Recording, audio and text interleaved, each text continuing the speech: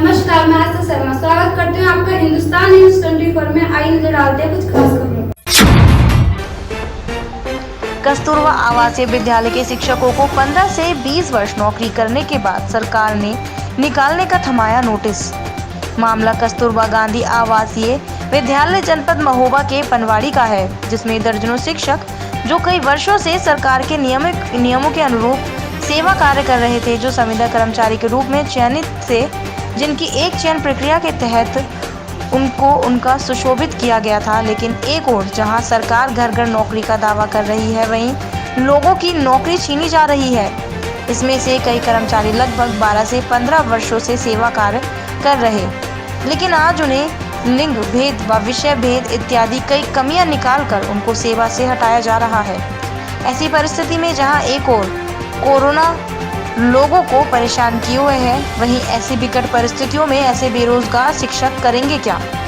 सरकार ने तो शिक्षकों को नोटिस देकर अपना पल्ला झाड़ लिया है, लेकिन इन परिवारों का चूल्हा कैसे चलेगा, इन परिवार के घरों में भोजन कैसे बनेगा। 50 की उम्र के शिक्षक अब कौन सा कार्य करेंगे। प्रशासन को इनकी ओर ध्यान देना चाहिए। यदि या तो जयंती चयन प्रक्रिया गलत थी, सरकार गलत थी, सरकार ने गलत चयन किया, या फिर सही है और उनके जीवन के लिए, जीवन यापन के लिए, उनके भरण पोषण के लिए जरूर ध्यान देना चाहिए। महोबा से ब्यूरो चीफ संतोष कौशिक की खास खबर।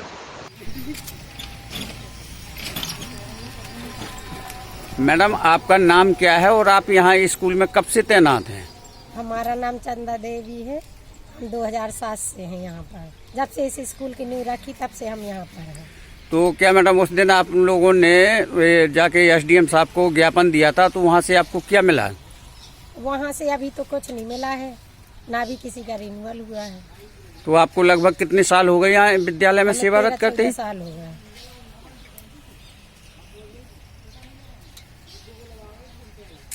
तो अब आगे आपका क्या वो है? जब आपको अगर नौकरी से निकाला जा रहा है तो आगे क्या करोगे आप? क्या है आपके पास? कुछ नहीं, क्या करेंगे, घर में बैठेंगे। बच्चे शादी लायक हैं, अब निकाल रहे हैं इस उम्र में। बताइए अब कहाँ जाएंगे, कहाँ मिलेगी नौकरी। अब तो ओवर एज हो गए ना हम। सर जी, आपका नाम क्या है और आप इस विद्यालय में किस पद पर कार्यरत थे? जी, हमारा नाम प्रेमनारायण सक्सेना है और गणित विषय पर कार्यरत हूँ। तो आप यहाँ कब से कार्यरत हैं? हम 2009 में आए थे यहाँ पर। 9 से हम गणित विषय पढ़ा रहे हैं। तो आपने उस दिन जब सीडीओ साहब को ज्ञापन दिया तो किस माध्यम से दिया था? क्या हुआ था आपके साथ? ऐसा है कि हम लोगों का विषय परिवर्तन करके नवीनीकरण रोक दिया गया है। विवेकानंद जी ने कोई आदेश निकाला है और जिससे नवीनीकरण रोक दिया गया हम लोगों का।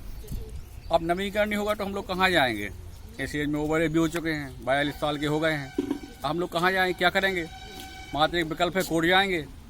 कोर्ट में डाल दिया है, अब उसमें देखो लड़ाई चल रही है, हम लोग जीतेंगे या अधिकारी जीतेंगे। नहीं तो उस दिन जब सीडीओ साहब को ज्ञापन दिया तो उन्होंने क्या कहा था आपसे? ये कहा था कि भाई हमारे कलम से किसी का नुकसान नहीं होगा। ये कहा था सीडीओ साहब ने यही कहा था कि हमारी कलम से किसी का नुकसान नहीं, आहत नहीं होगा। हम नहीं चाहते हैं किसी का आहत हो। अब 10-12 साल से नौकरी कर रहे हैं तो अब इस उम्र में कहाँ जाएंगे? बताइए आप ही बताइए। सही। यही हमारी सरकार से गुजारिश है कि हम लोगों को अपना काम करने दिया जाए। ठीक। और बीच में ये सब नहीं करना चाहिए सरकार से आ रहे हैं आदेश की संगीत और गृह शिल्प कला का टीचर एक ही रहेगा। तो पहले मतलब जब विज्ञप्ति निकली थी तब तो अलग अलग निकली थी। अब ये ऐसा क्यों कहा जा रहा है? क्या हम लोग जबरदस्ती थोड़ी ना आए हैं? जब विज्ञप्ति निकली है तब हम लोग आए हैं। अब बताइए, हम दोनों लोग टीचर हैं। अब दोनों लोग, अब दो में से हम लोगों को एक को रखा जा रहा है और एक को निकाला जा रहा है। नहीं तो कहाँ का न्याय है सर? तो इसके संबंध में आपने वहाँ जो ज्ञापन दिया था तो वहाँ सीडीओ साहब ने क्या कहा था? उन्होंने तो बस यही कहा है कि अभी हमारे यहाँ से कुछ गलत नहीं होगा। अगर ऊपर से आदेश आएगा तो हम कुछ नहीं कर सकते हैं। लेकिन ये ऊपर से आदेश ऐसा क्यों आ रहा है? हमें तो ये समझ में नहीं आ रहा है आदेश आ क्यों रहा है। पहले विज्ञप्ति निकली, क्या सोच समझ के निकाली? क्या हम लोगों की उसमें क्या गलती है?